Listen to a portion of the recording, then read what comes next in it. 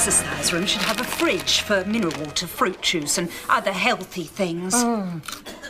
This cucumber juice tastes very tangy, doesn't it? I think this is such a wonderful idea, adding a room, isn't it, darling? Ted, Pam, thanks for suggesting it. Well, what are neighbours for? Our pleasure. Steve, let's start getting some estimates. We'll phone some builders. And architects. And designers. I want to get moving on this. I love you, Judy. I love you, Steve. I hate them, Pam. I hate you, Ted. Yep. Oh, yeah. But they're going to have a nice little room where I can go and play snooker and have a bit of fun. Oh, I hate to break this to you, Ted, but that room is going to be an exercise room. For me. Oh, and Judy, I suppose, if she can find the time. I don't think she will, personally. Forget it, Pam. I'm having a snooker room. I'm having an exercise room. A snooker room? Exercise room. Snooker room. Exercise room. Snooker. Exercise. Not a chance. Judy's on my side. She works, she's got power. I work, but I haven't got any power. Anyway, the important thing is, I want a snooker room, and Steve's going to build it for me. Judy will make mincemeat of him. Not this time. This time he'll be the meat that refused to mince. OK. Get them back in right now and we'll settle it. Oh. Steve, excuse me, could you come back in for a moment? Why don't you just settle an argument between me and Pam? Now, this extension of yours, is it going to be a snooker room like Steve wants or an exercise room like Pam wants? A snooker room? You didn't say anything about a snooker room. You didn't say anything about an exercise room. Well, I thought we weren't going to make any decisions without consulting our life partner. Well, that's exactly what you seem to have done. Or did you get me and Pam muddled up? That's an easy mistake to make. What was that about a mincer? It's not over till the fat lady sings. You don't even play snooker anymore. At least I exercise, so I can be healthy and live longer. For you. Oh, Judy. I suppose I could exercise at the club, rather than have you risk injury or disease at the local snooker hall. No. Your body is much more important than my having a good time. We'll build your exercise room together. I don't want you to be unhappy. I don't want you to be unhappy. Now. Come on. Come on, stop fighting. Now, come on, please. Tempers are flaring here. Now, stop it. Relax, calm down. We're grown people. God, blimey, you know, let's sort of cool off a little bit, OK? Steve, we can cool off over here. And you come and calm down over here. I'll make you a coffee. So, how are you, Steve? All right? I'm fine. How can you be without a backbone? You know damn well we want this snooker table. How come she's the one with the balls? Ted, it wasn't worth fighting over. Sure. Rights aren't important. No. Anything a woman says is fine with us. When did men become such losers? Used to be so great being a man. Women were there to please us, yeah.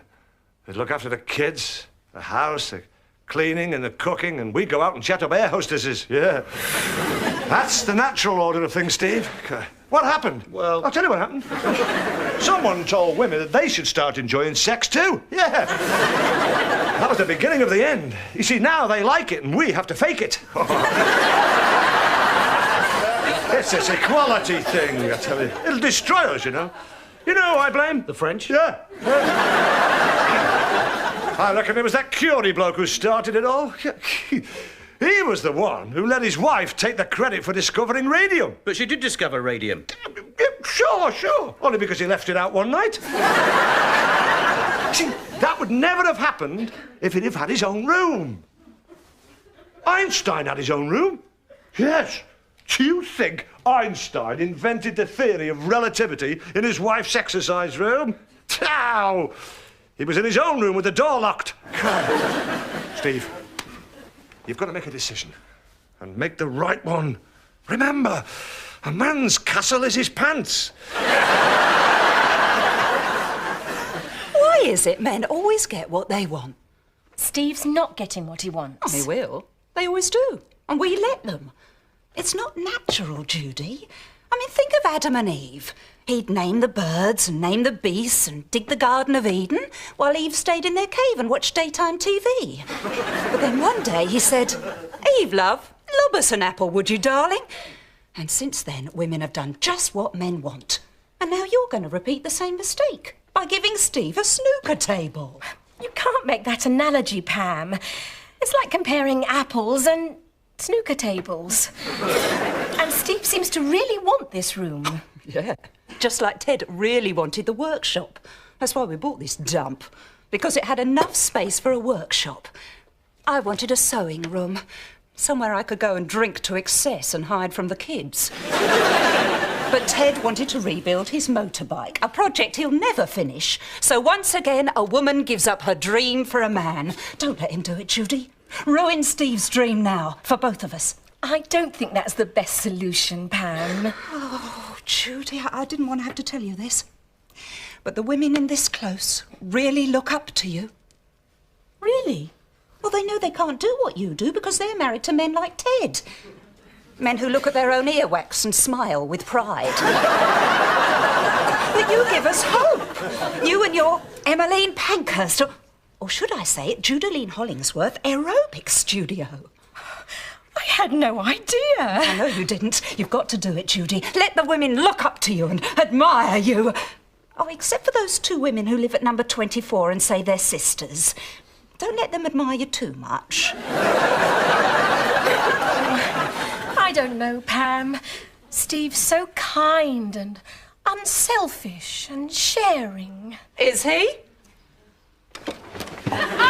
Steve! Come on. I think we have something to discuss. Yes, we do. I've decided I want a snooker table. Well, you're not getting it. Oh, yes, I am. Oh, no, you're not. Oh, yes, I am. Oh, no, you're not. I hate you, Judy. I hate you, Steve. I love them, Pam.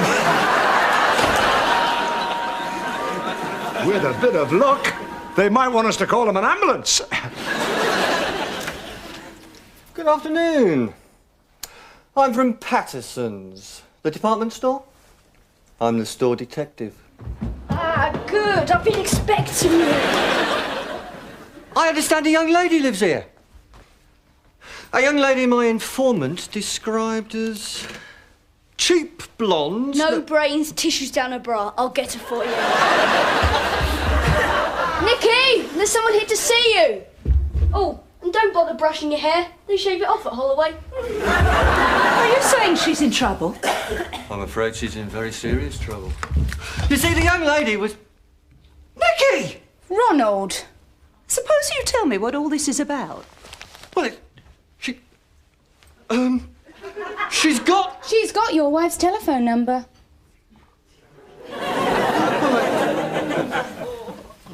Let's just forget the old thing. Just a moment. If you've been seeing my daughter, I demand an explanation. Or cash. They're coming and they've made a decision.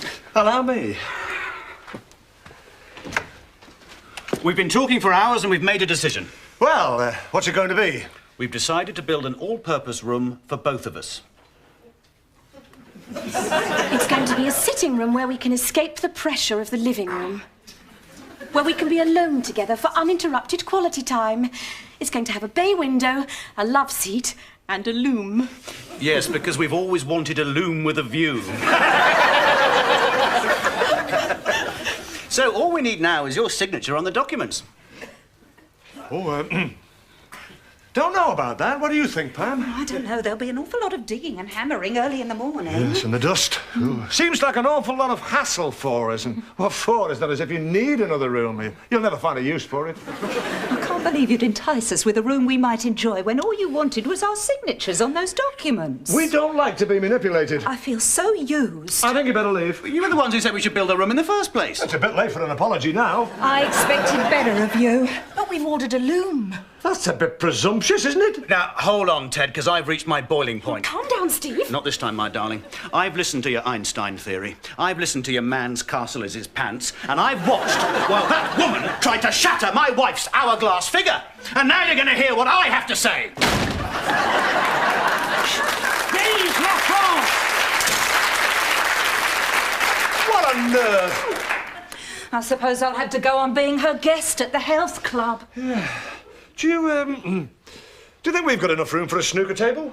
Well, if you get rid of the bike. Can't do that, Pam. No, one day you and I are going to ride across Europe on that. Avoiding France, of course. Just me, you and the bike. And the AA breakdown truck. It'll work one day.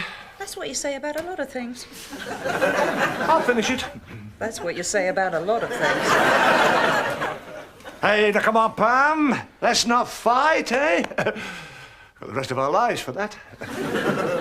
Look, I admit, OK, I was grumpy over the bills and everything, yeah. And I was really horrible over the brandy, so I got you this. And I got this for the bike.